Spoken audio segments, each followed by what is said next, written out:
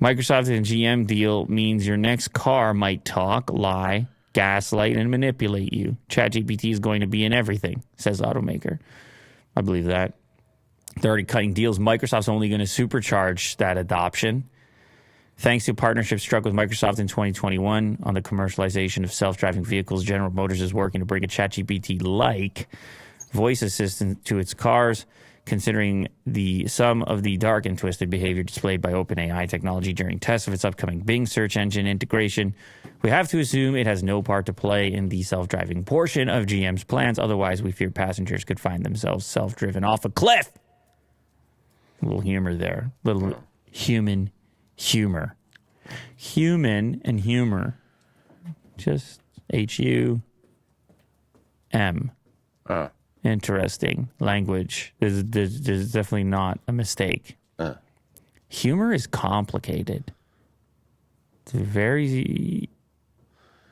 We all have to, like, seemingly agree on it. Well, there's different types of humor, right? For example, is humor exclusively human? Like, why do other animals not really laugh? Like, your dog doesn't laugh. Yeah, I don't know. Does hyenas laugh? No? I think that's just when they're getting excited. Does your dog understand something being funny? We should ask ChatGPT this. Laughter in animals. Here we go. See, they're focused on the laughing, the vocalization of the laughter. But I suppose what I'm more interested finding humor in something instead of the expression. Is it novel? Is the experience novel? Like, ooh, that's exciting, or is it funny? Chimpanzees, gorillas, and orangutans, which obviously is our closest relatives, show laughter-like vocalizations in response to physical contact, such as wrestling, play chasing, or tickling. This behavior is documented in both wild and captive chimpanzees. Chimpanzee laughter is not readily recognizable to humans as such because it is generated by alternating inhalations and exhalations. You know when you're playing with your dog and then your dog is just sneezing, but it's not a real sneeze? Yeah. Similar to that. They're signaling to you that it's play and not actually aggressive. Like, don't take this too seriously. But is that humor to them? I don't know. Right. The differences between chimpanzee and human laughter may be the result of adaptations that evolved to enable human speech. Like, in the case of human humor, like if you think of a comedian, for example, they can set up some type of long, structured joke that you have to follow along for a few minutes to get to the punchline of it. Mm-hmm. I don't think chimpanzees are doing that. I don't think rats are doing that. So the laughter aspect, I think, is less important in the humor component. Yeah, it's finding things funny. Comedy. Yeah. What is funny and what is not? And obviously, that's a complicated concept. It's really not about laughing. Because you're right. Like, oh, look at those hyenas laughing. Well, what are they laughing at? They're pumped because they just killed something. Do you know what I'm saying? That's not the way we interact with fun. Well, unless we're extremely twisted. Yeah. Which there's those versions of our species, of our type as well. Dude, I can see it. ChatGPT in cars. Imagine having a conversation like it's driving itself and you're bored. Might as well have a conversation with your assistant. In this case, GPT, right? It is weird how much of comedy now is talking about the inability to do comedy. Yeah. That's every... No, it's tough. It's for every... comedians right now. Every stand-up you watch now is about woke, I can't... I'm not allowed to say anything anymore. I can't... That's what every... But other comedians, they double down.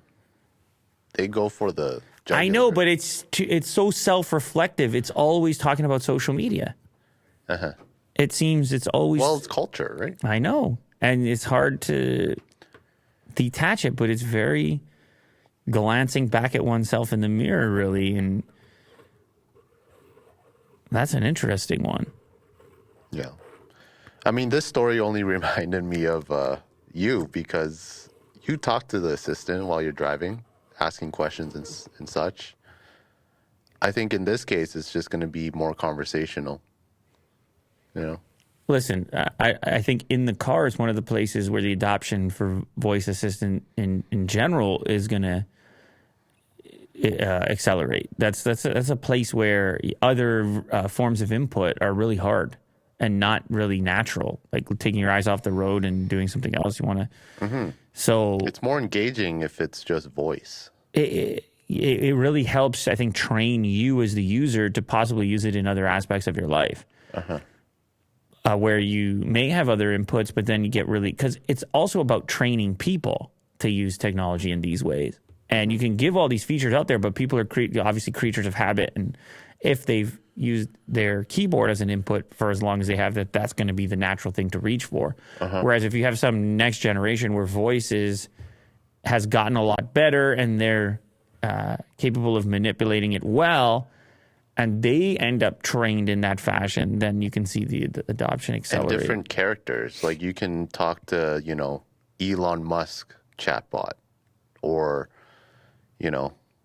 Joe Rogan or something. Having a conversation in the car. Well, you're talking about the actual synthesis of the voice itself. The fake version. Right. Well, yeah, you'll be able to. You could probably sub that out. But it would sound exactly like him. Well, you can already with Google Assistant pick between a number of voices, and then we were talking with Apple recently about how they were applying for a patent or possibly got approval on a patent for the training of the people that are actually in your phone book, the people that are actually texting you, that those would be read out in a synthesized, trained version of that individual's voice, so long as they opted in and gave the sample. Or it was like you taking pictures of me yesterday to train AI into how to better craft an artificial version of me, whether it's visual or voice or whatever. This is humans outsourcing themselves.